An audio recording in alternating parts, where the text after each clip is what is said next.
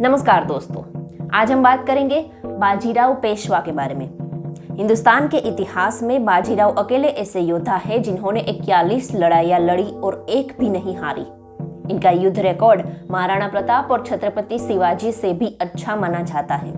इनके युद्ध करने की जो टेक्निक है, उस टेक्निक की ट्रेनिंग आज भी अमेरिका के सैनिकों को दी जा रही है।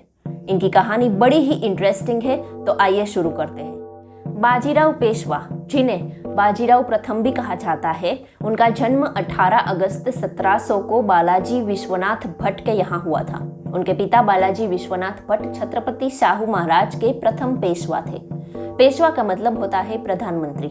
बाजीराव पेशवा का पूरा नाम बाजीराव बल्लाल भट्ट है। बाजीराव की पहली पत्नी का नाम काशीबाई था और दूसरी पत्नी का नाम था मस्तानी, जो छत्रसाल के राजा की बेटी थी और बाजीराव उन्हें अधिक से अधिक प्रेम करते थे, जिनके लिए पूना में एक महल बनवाया था जिसका नाम रखा था मस्तानी महल। ये सब तो आपको बाजीराव मस्तानी फिल्म के जरिए पता ही होगा। तो आइए बात करते हैं बाजीराव की बहादुरी की। तो सन 1720 को बाजीराव के पिता बालाजी विश्वनाथ भट्ट की मृत्यु हो गई। उसके बाद 20 साल की उम्र में ही बाजीराव को पेशवाई पद मिला। बाजीराव के पेशवा के पद पर आते ही छत्रपति शाहू एक नाम मात्र के शासक बन गए। मराठा साम्राज्य की असली ताकत तो बाजीराव के हाथ में ही थी। बाजीराव ने 1720 से लेकर अपनी मृत्यु तक पेशवा का पद संभाला। वो घुड़सवारी करते हुए लड़ने में सबसे ज्यादा माहिर है। कहा जाता है कि भारत में इनके जैसा घुड़सवार आज तक नहीं देखा गया। वो अपनी पूरी सेना को सख्त अनुशासन में रखते थे और अपने भाषण से पूरी सेना में जोश भर देते थे। महाराणा प्रताप और छत्रपति शिवाजी महाराज के बाद बाजीराव पेशवा ही थे जिन्होंने लंबे समय तक मुगलों की नाक में दम करके रख दिया था। निजाम, मोहम्मद, बंगश जैसे मुगल और कई पुर्तगालियों को बाजीराव ने कई बार शिकस्त दी थी। बाजीराव ने छत्रपति शिवाजी महाराज के नाती छत्रपति शाहू महाराज को गद्दी पर बिठाकर बिना चुनौती लिए पूरे देश में अपनी ताकत का लोहा मनवाया था। देश में सबसे पहली बार हिंदू पद पातशाही का सिद्धांत भी बाजीराव ने ही दिया था। हालांकि जनता किसी भी धर्म में मानती हो, वो सबके साथ न्याय करते थे। उनकी अपनी फौज में भी कई अहम पदों पर मुस्लिम सिपाही थे जो युद्ध से पहले हर हर महादेव का नारा लगाना भी नहीं भूलते थे। अटक से कटक तक केसरिया लहराने का और हिंदू स्वराज लाने का सपना जो छत्रपति शिवाजी महाराज ने देखा था, उसे काफी हद तक बाजीराव पेशवा ने पूरा किया।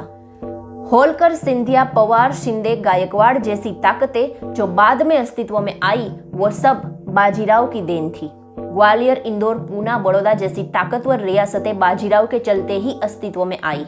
बुंदेलखंड की रियासत भी बाजीराव के दम पर जिंदा थी। मस्तानी के पिता छत्रसाल की मौत के बाद उनका तिहाई हिस्सा भी बाजीराव को मिला था। हिंदुस्तान के इतिहास में बाजीराव अकेले ऐसे योद्धा है जिन्होंने 41 लड़ाइयां लड़ी और एक भी नहीं हारी। वर्ल्ड वॉर सेकेंड में ब्रिटिश आर्मी में कमांडर रह चुके मशहूर सेनापति ने अपनी किताब हिस्ट्री ऑफ वॉरफेयर में बाजीराव की बिजली की गति से भी तेज आक्रमण शैली की जमकर तारीफ की है और लिखा है कि वो कभी नहीं हारा। आज वो किताब ब्रिटेन में डिफेंस स्टडीज के कोर्स में पढ़ाई जाती है। बाद में बाजीराव की यही आक्रमण शैली को सेकेंड वर्ल्ड वॉर में अपनाया गया, जिसे ब्लीट झर्किंग बोला गया। अमेरिकी सेना ने तो उनकी पालखेड़ की लड़ाई का एक मॉडल ही बनाकर रखा है, जिस पर सैनिकों को युद्ध टेक्निक के लिए ट्रेनिंग दी जाती है। नर्मदा पार सेना ले जाने वाले और 400 साल की यौनी सत्ता को दिल्ली में जाकर ललकारने वाले बाजीराव पहले मराठा थे। कहा जाता है कि बाजीराव पेशवा की मृत्यु 28 अप्रैल 1740 को दिल का दौरा पड़ने की वजह से हुई थी। उस समय वो इंदौर के पास खरगोन शहर में रुके हुए थे। कुछ इतिहासकार ये भी कहते हैं कि उनकी मृत्यु मालवा में ही नर्मदा के किनारे लू लगने के कारण हुई थी। उनकी मृत्यु कैसे भी हुई हो, अगर बाजीराव पेशवा कम उम्र में न चले जाते तो ना ही अहमद शाह अब्दाली और ना ही नादिर शाह हावी हो पाते और ना ही अंग्रेज और पुर्तगालियों जैसी पश्चिमी ताकतें होती। बाजीराव का केवल 40 साल की उम्र में इस दुनिया से चले जाना न सिर्फ मराठों के लिए बल्कि देश की बाकी पीढ़ियों के लिए भी दर्दनाक भविष्य लेकर आया। अगले 200 साल तक गुलामी की जंजीरों में जकड़े हुए भारत में और कोई भी ऐसा योद्धा नहीं हुआ जो पूरे देश को एक सूत्र में बांध पाता।